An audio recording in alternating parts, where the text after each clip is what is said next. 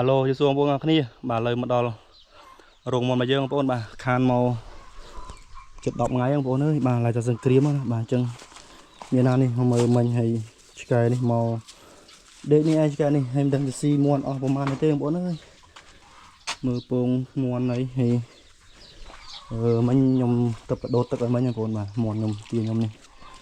អត់សូវអីទេបងប្អូនបាទអត់សូវជាបាត់បង់ប៉ុន្មានទេតែវាអស់កូនមន់ខ្លះដែរដោយសារ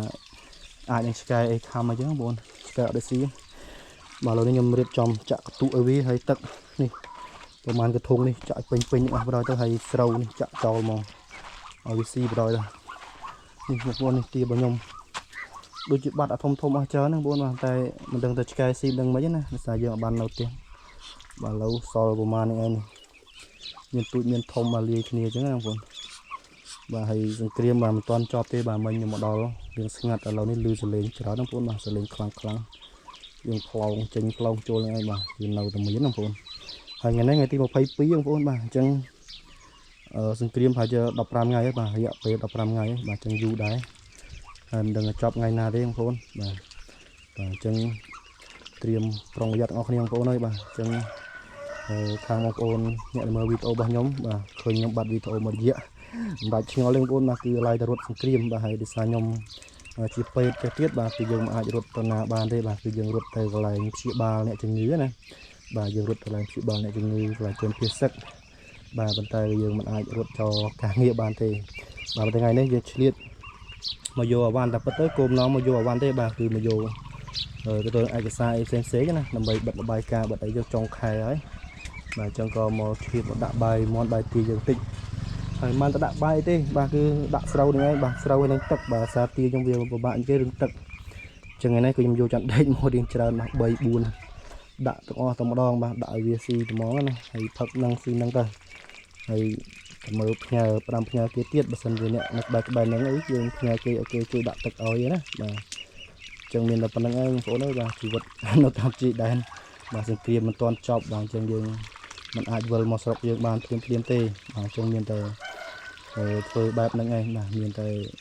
តាមយថាកម្មទៅបាទមានបណ្ណាមើលប៉ុណ្ណឹងទៅបាទហើយទីខ្ញុំវាត្រេះគ្រាន់ហ្នឹងបងប្អូនអាឈុតទី1ត្រេះអាឈុតទី2នឹងទូចហើយអាក្រោយនេះទីទៀតបាទអញ្ចឹងបានតែប៉ុណ្្នឹងឯងប្រហែលមិនដឹងតែយ៉ាងម៉េចយ៉ាងម៉ាទេហើយនោះខានមកប្រហែលថ្ងៃគាត់ទាញញុះអាន2បាទមកសបុកហ្នឹងវា10ជាងបងប្អូនបាទប៉ុន្តែឃើញតែ2បាទមិនដឹងថាឆ្កែស៊ីអស់ឲ្យដឹងបងប្អូនអើយបាទហ្នឹងអញ្ចឹងមានតែប៉ុណ្្នឹងឯងបាទមានអីច្រើនទេក៏មកខាងបងប្អូនឃើញបាទសកម្មភាពនៅស្រុកស្រែរបស់យើងណានៅតាមតំបន់ក្រហមហ្មងបាទគឺឡាយតំបន់ខ្ញុំគឺតំបន់ក្រហមបងប្អូនបាទគេឲ្យចូលប្រេះផ្ដាស់ទេបាទសារខ្ញុំចូលមកយកឯកសារទេបាទគេឲ្យចូលហ្នឹងហើយអញ្ចឹងទៅហ៊ានប៉ូលីសគឺនៅពេញទៅភូមិនេះឯងបងប្អូនអូខេបងប្អូនអញ្ចឹងមានអីទេបាទជូនគាត់អាប់ដេតធ្វើវីដេអូបន្តិចបាទទុកឲ្យបងប្អូនបានទស្សនាហើយឲ្យបានកុំឲ្យស្ងាត់ channel របស់ខ្ញុំបាទខ្ញុំខានផុសយូរដែរបាទអញ្ចឹងដាក់មកវីដេអូទៅដើម្បីបងប្អូនបានដឹងថាខាងខ្ញុំនេះគឺនៅតែសង្គ្រាមបាទនៅតែក្របផ្លោងឡើយទេបាទនៅតែខ្លាំងបងប្អូនបាទគឺនៅតែលឺសំឡេងខ្លាំងឥឡូវណាបាទហើយនេះខ្នោរបស់ខ្ញុំបងប្អូនបាទដឹងទុំដឹងអីទេជាមួយខ្ញុំមើលតិច